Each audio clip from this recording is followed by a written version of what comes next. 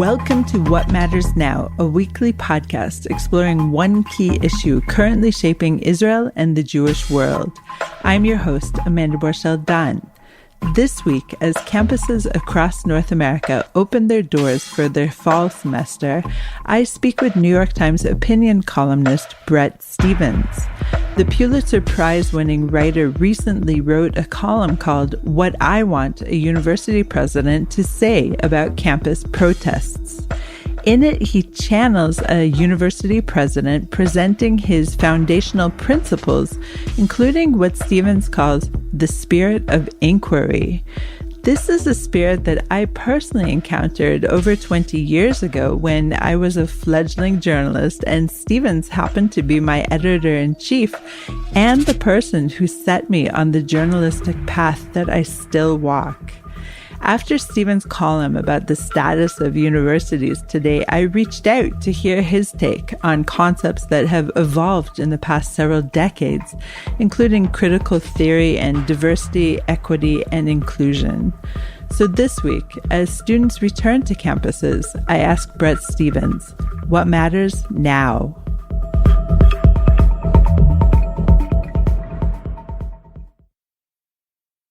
Bret, thank you so much for joining me today. I've bugged you so many times after you've written a stellar column, just echoing things that I think and expressing them in such better language and more concisely than I ever could.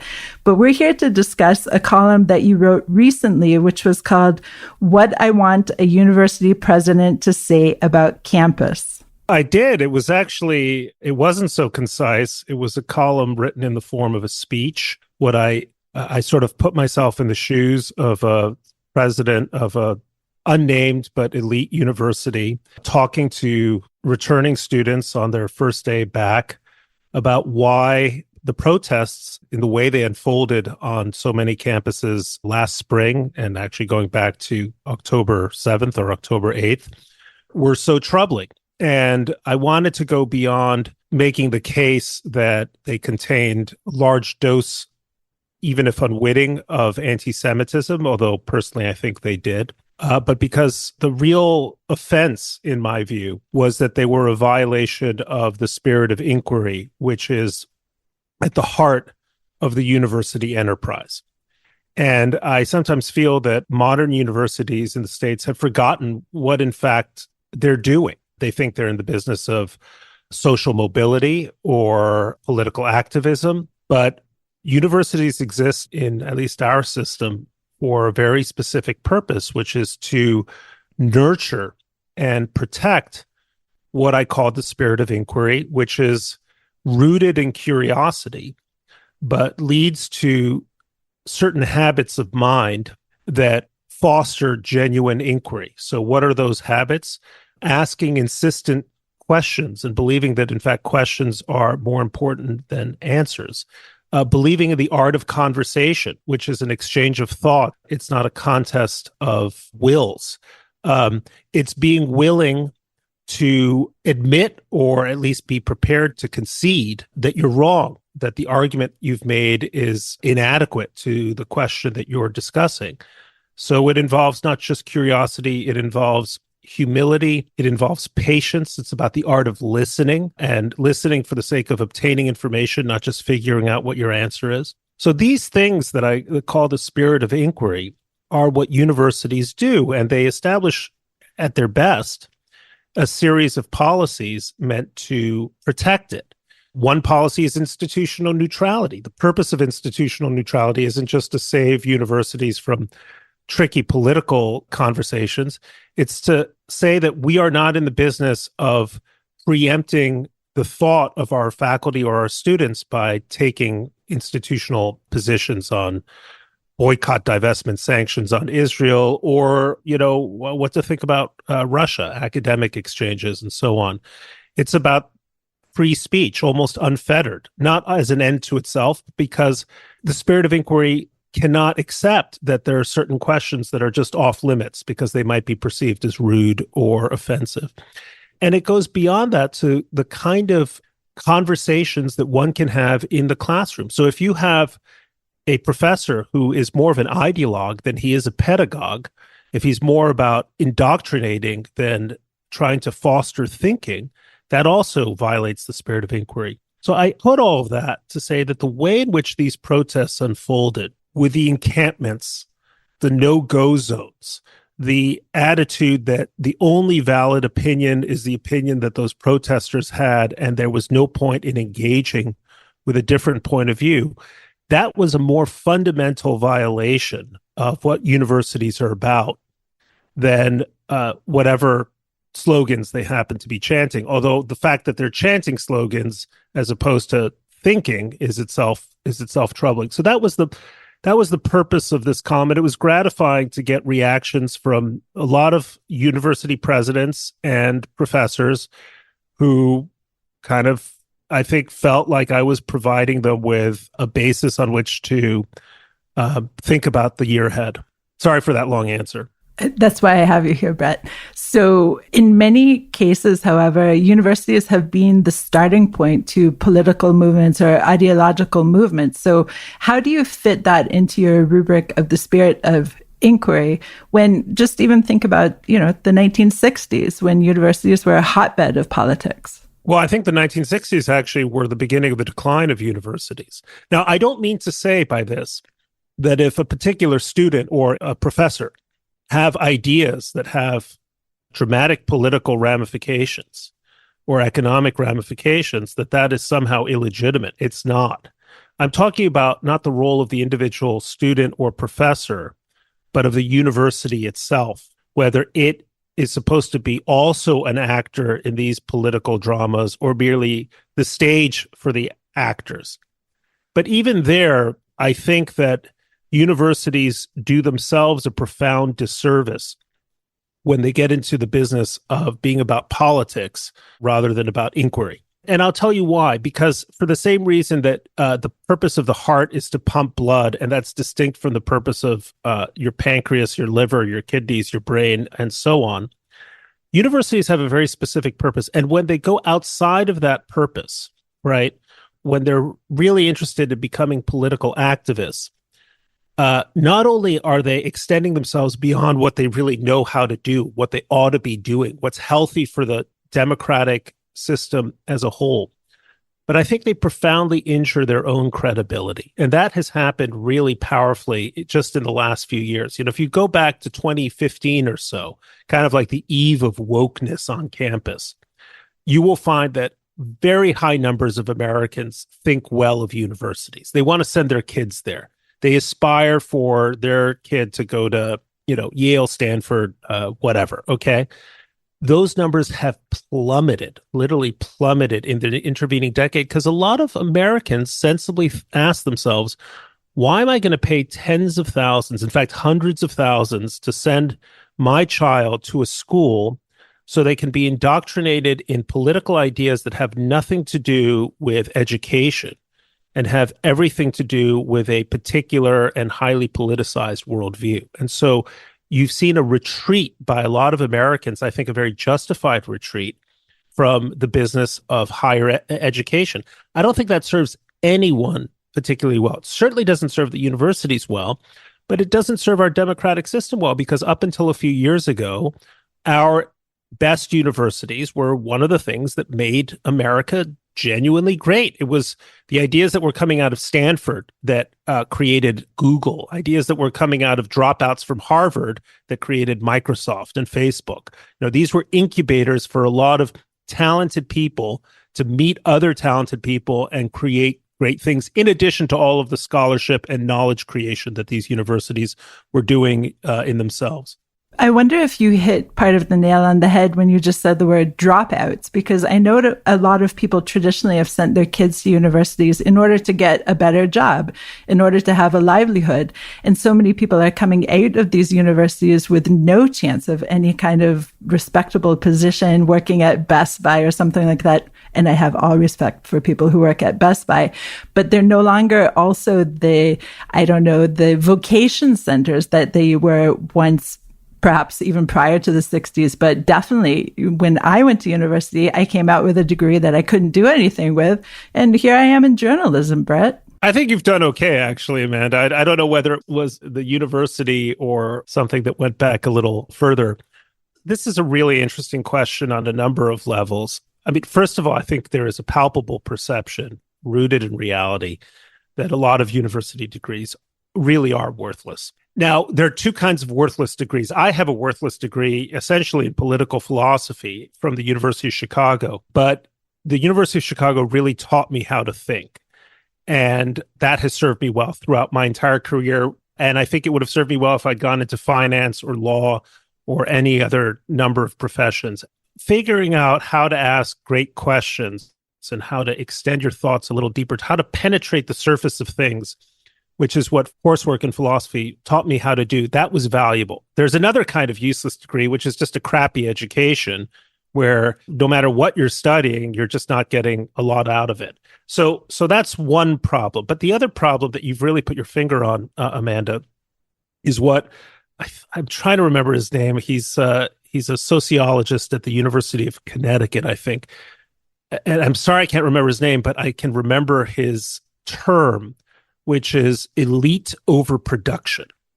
I came across this term thanks to Richie Torres, the congressman from the Bronx, another university dropout. He often will say that the reason he's pro-Israel is that he dropped out of NYU, one of the great political figures in the United States today, and I think has an amazing future. But he introduced me to this term, elite overproduction, which is that we are churning out every year in the United States hundreds of thousands, if not perhaps even millions, of young men and women who think they are entitled to be working in law firms or whatever. And as you said, they're stuck in Best Buy, or again, no disrespect to Best Buy, but it's not what they spent all that money and all that time aspiring to do.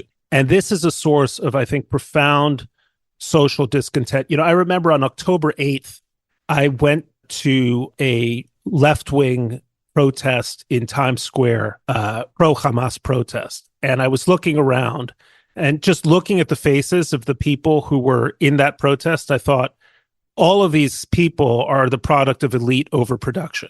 They are what happens when too many universities churn out too many intellectual mediocrities who think that they should be involved in the revolution because that's what they got from their school. So that is a separate sociological, in fact, social problem that we have in the United States, which is that we have a large class of halfway educated people who are angry that they have not gotten what they think they were owed, and as a result are inclined towards increasingly radical forms of politics of both the right and the left. And so we see cases such as this movement that has been around since the early 90s called the Student Intifada. Have you heard of this movement? And it seems like a collection of people in this category that you're talking about, where they feel entitled to be part of some kind of change-making movement, but don't perhaps necessarily understand what they're trying to change. Well, I mean, and change-making doesn't happen by chanting anti-Semitic slogans on campuses while demanding a steady supply of food from Uber Eats and female hygienic products, which was what happened at Vanderbilt. That's kind of a source of something, vaguely comic. You're barricading yourself into a university building, and then you don't understand why the university isn't supplying you with the tools you need to extend that barricade. Look, radical politics go way, way back. I mean, I'm not just talking about the 1960s. You can go to the 30s. You can go into the salons of the late 18th century in France and other European countries. And part of that is just human nature. And there's an admirable sense, even to politics I dislike, of young people wanting to engage in the social issues of their time. And I don't want to denigrate in absolute terms that kind of idealism, because there are many instances where social change is absolutely necessary. I can think of few people more admirable in American history than the Freedom Riders, who went down to the Deep South in the early 1960s to help the process of desegregation, of voter registration, everything that went into that movement that was so essential to America's well-being and to justice for every American citizen. So I don't want to just put it down, right? But, if you're going to be an activist, one of the things that ought to be expected of you is that you're going to accept consequences. So by all means, be an activist, even in causes I don't like. But don't be an activist who doesn't believe there shouldn't be consequences for what you're doing, because that then becomes pure performance art. It has nothing to do with genuine sacrifice, genuine investment of your time. It's just putting on a keffiyeh and feeling fierce for a bit before, calling up your dad and asking for your allowance. It's putting on a keffiyeh, but also putting on a mask, which I initially really didn't understand. And one of our writers from the US explained to me that it's what is called virtue signaling, because here in Israel, of course, people are only wearing masks if they're really ill or trying to prevent some kind of disease coming to themselves. And so there's this whole costuming that's happening with these protests that it's very symbolic on the one hand, but as you said, it reduces the consequences, because the minute that you're masked, you can say almost anything. It's almost like being online and being some kind of Twitter troll. But it's more than that, Amanda, because it's not just virtue signaling. Virtue signaling is going on Twitter and stating your pronouns and adding your multiple political affiliations, BLM, DSA, blah, blah, blah, right? Ukrainian flag, Palestinian flag, etc. That's virtue signaling. It's also an instrument of terror, okay? Let's be clear. When you put on a mask, when your face becomes invisible to others, even as they are visible to you, that is a way of scaring people, very simply, scaring people. That's why the Ku Klux Klan put on masks or hoods from the 1870s onward. I mean, those pointy white, whatever they were, face coverings that they had, they were terrifying. And I think it is absolutely the case that when in the building of the New York Times where I work, or around it at least, around Columbia University, not far from the Times, all these mask-wearing kids chanting, intimidating people on subways. It is supposed to terrify. That is the nature of the enterprise. They can see you, but you can't see them. And that is yet another reason why it's so profoundly insulting to the spirit of inquiry to have these kids on campus masking themselves and scaring other students. It's why so many Jewish students couldn't take it, had to leave one campus or another.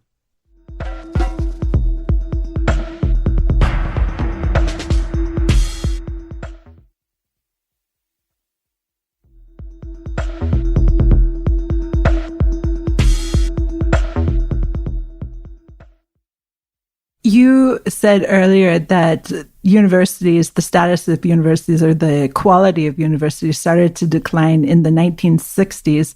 I went to university in the 1990s, but I wonder if it has something to do with this diversity, equality, and inclusion training that is so popular to talk about right now. But I wonder what the consequences of this has been. Yeah, so that's a really good question and important topic. So, in like many terrible ideas that sound like mother's milk and apple pie, diversity, equity, and inclusion, comes to our schools like, how could anyone object to this, right? Who other than a bigot could be against diversity and inclusion, at least? Equity has a more subtle and disturbing meaning. But DEI offices established themselves not only at every university in the United States, but I think most private schools, at least, have DEI officers or programming of one kind or another. And the problem that you have with it is the DEI isn't simply rooted in good old-fashioned American traditions of pluralism, tolerance, and fairness, right? It has its roots in critical theory, which is a very specific kind of post-Marxist worldview that sees social problems as rooted in structural issues which are central to the American republic, if you will, and American ideals, and that have to be in some sense overturned. So masquerading as kind of standing for these unimpeachable values, it has a very radical core, a radical ideological core. And whenever you encounter people who work in DEI offices, at least whenever I've encountered them, there's no question where they're coming from politically, which isn't the liberal side of the American equation. It's the very far left, and they speak in the argot and the ideology of the very far left. The second aspect of it is that their notion of diversity is a very limited notion of diversity. It's not viewpoint diversity, right? It's not we should make sure that at our university, points of view, whether they're geographically specific or ideologically specific, are fairly represented on our campus. It's black and white diversity. It's people of color and everyone else. And one of the effects of that is it erases all of the diversity that exists within these binary categories. A lot of Indian Americans don't really recognize themselves. I'm talking about South Asian Indian Americans don't really recognize themselves within the kind of BIPOC framework, at least not ideologically. Some do, some don't, but many of them feel deeply alienated from it, but they're kind of included on one side of the ledger. Then if you take so-called white people, well, what about what used to be diversity in America? Irish Americans, Jewish Americans, Polish Americans, a whole salad bowl, to use the old metaphor, of different ethnicities, traditions, historical experiences, community networks, and so on, erased under this so-called blanket of whiteness. So it ends up as a binary worldview, which then becomes Manichaean, because all evil is attributed to one side and all goodness is attributed to the other. So instead of actually having diversity, it's good and bad. That's what you end up with. And then it has this notion at its center, equity, which is supposed to mean fairness, but in practice ends up meaning a demand for equality of outcomes rather than an equality of opportunity or inputs. Now, there's some justification for this, right? I mean, the argument is, if you're going to ask someone coming in who's not had certain advantages in life to compete with people who have, say, on their SATs, people from poor communities haven't been able to afford SAT prep for their kids. Like that's an inequity. And I understand that. But it becomes increasingly troubling when the question of equity and the question of achieving statistically correct outcomes starts to erase questions of merit and excellence. And this brings me full circle to where Jews stand in this, because in theory, we should have a seat at the table of DEI, right? I mean, we're one of the most victimized groups in all of history. Anti-Semitism has been skyrocketing around the world and the United States. But in practice, Jews don't have a place in DEI. Why? Because unless you happen to be Ethiopian or maybe Mizrahi, you're just considered a white person, right? Or white, something that's even worse, which is white passing. You choose to essentially affiliate with the oppressor class. So that's one aspect of it. Then the other aspect of it is that, it used to be the case that Jewish kids from often lower class families worked very hard to do extremely well scholastically and ended up having disproportionate places at places like Harvard. This isn't just recently, this is the 1920s. And so in order to achieve, quote, fair outcomes, the number of meritorious Jewish students who are getting into Yale, Harvard, other previously elite universities has been steadily declining. So this is another aspect, not just for Jews, but for any ethnic or religious minority that puts a premium on discipline, effort, and education in terms of their value system, right? And then the final piece of this is the inclusion piece. But the inclusion piece turns out to be an extremely limited view in the eyes of many DEI officers. Who gets to be included in the status of being, a victim? If you're going to end up saying, the only victims are victims we recognize because of the color of their skin, you're going to miss out on a lot of history, not the least piece of which is the Holocaust. So again, another very long answer to a really important question. It really sheds a lot of light on something I was encountering for the first time about 10 years ago, in that a lot of writers from the US were writing me and telling me, well, Jews aren't white, actually. And it sounds as though this movement that the Jews aren't white is a way to put them out of that binary situation of black versus white. And you often hear, to me, this is astonishing. My mother was a hidden child during the Second World War in Nazi-occupied northern Italy. So she was hidden because she was not white enough as far as the Nazis are concerned. But now the problem is that we're too white, right? So whatever the reigning fashion is, either being super white or not at all white, Jews end up being shunted to the wrong end of that equation. And that's just insanely troubling. Sorry, your question was? No, my question was that I finally, it wasn't a question, it was that I finally understand through your explanation of this DEI, which is not equality, as you pointed out, it's equity, why these young Jews were taking themselves out of that equation by saying, no, we're not white, Jews are not white, trying to stake a claim, I guess, in getting in this rainbow of placement that they're otherwise shunted out of. This is a debate that I think is taking place quite actively in Jewish circles. I was just having this conversation, in fact, just 2 weeks ago with Jewish academics and at least one of their adult children. I don't think Jews should want a place at the table of DEI. I don't think that's a table we want to sit at. It's untrue to our experience in the United States. In fact, it's untrue to the United States itself, right? Because what DEI says is we've all been sort of victimized, right? And so you Jews, come to think about it, you're victims too, right? So come join our table and complain about the structural inequities of American life that have, kept your Uncle Mort out of the Boca Raton this club or the Nantucket Tennis Club or one thing or another. But that's untrue to our experience as Jews in the United States. Yes, Jews have faced discrimination. There's no question about it. But we've also encountered on a vastly greater scale acceptance and opportunity and celebration.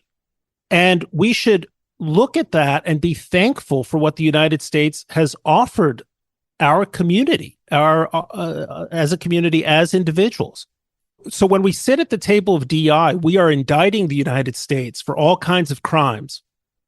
And there's obviously a certain amount of justice to that, but there's also a great deal of injustice to that. And by the way, the same goes for so many other minorities that came to this country, did encounter discrimination, did encounter nastiness of one form or another, but overcame and are fully members of American life. So when Jews insist on sitting at the table of DEI, it feels false to our experience, false to our values, and false to this country that has done so much for us. We should be out there saying, no, this entire framework is wrong. By all means, we need a framework, again, based in old-fashioned American values: fairness, equality of opportunity, pluralism, an acceptance of different kinds of religious and ethnic traditions and skin tones and so on. But to just paint the United States as nothing but a brute system of oppression is completely false. It's a form of ingratitude, and I think we should be careful about engaging that kind of politics because it is ungrateful, and because people will notice. By the way, it seems to me, if I'm not mistaken, that this fashion of DEI is leaving slowly. That there are certain places that are banning this kind of placement. I don't even know how to call it. DEI, what, programming, admissions? How do you call it? I think the battle has been joined. It hasn't been won.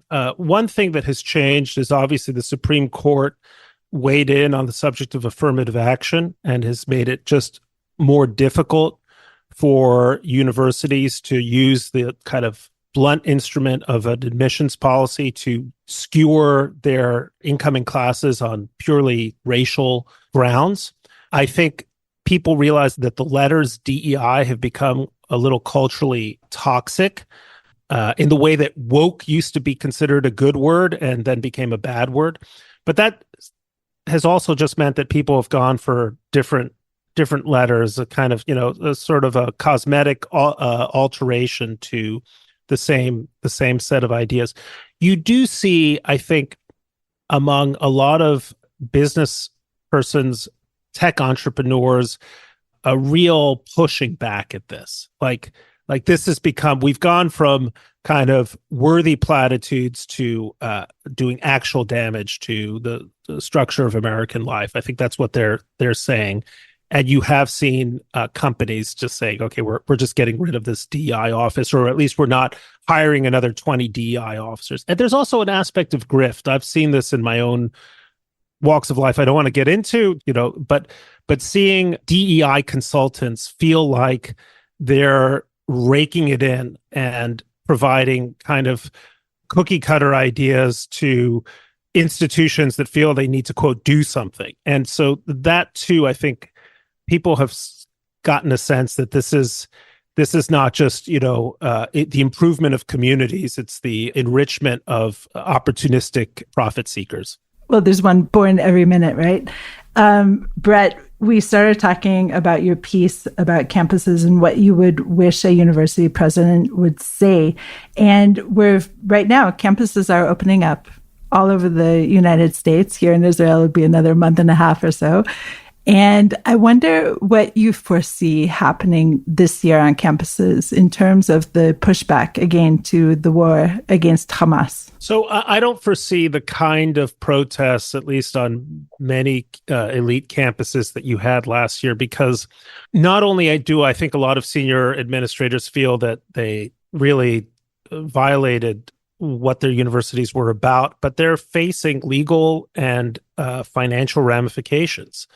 There are Title VI investigations. There are congressional subpoenas to worry about. There are very big donors who are just pulling their money and going elsewhere.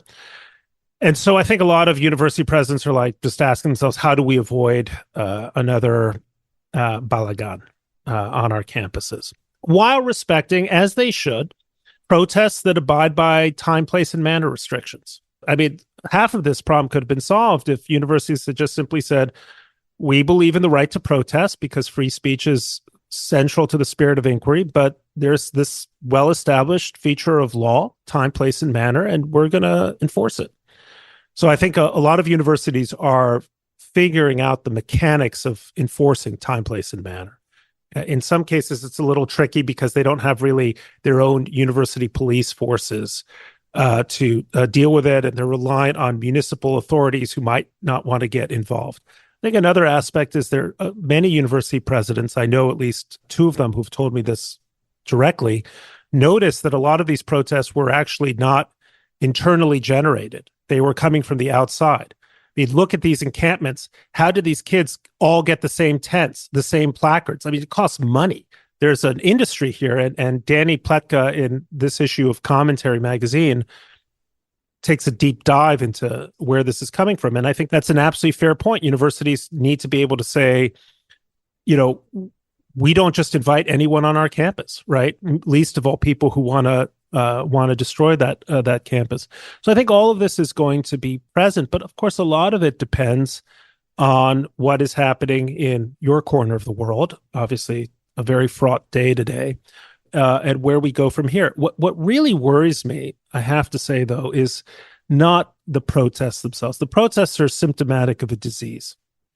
And the disease is a mindset, a constellation of ideologies, which, even when they're not anti-Semitic in themselves, they're anti-Semitic adjacent. So this has been happening on campuses for a long time. A set of beliefs has taken root in many of these campuses that inevitably lead towards anti-Semitism.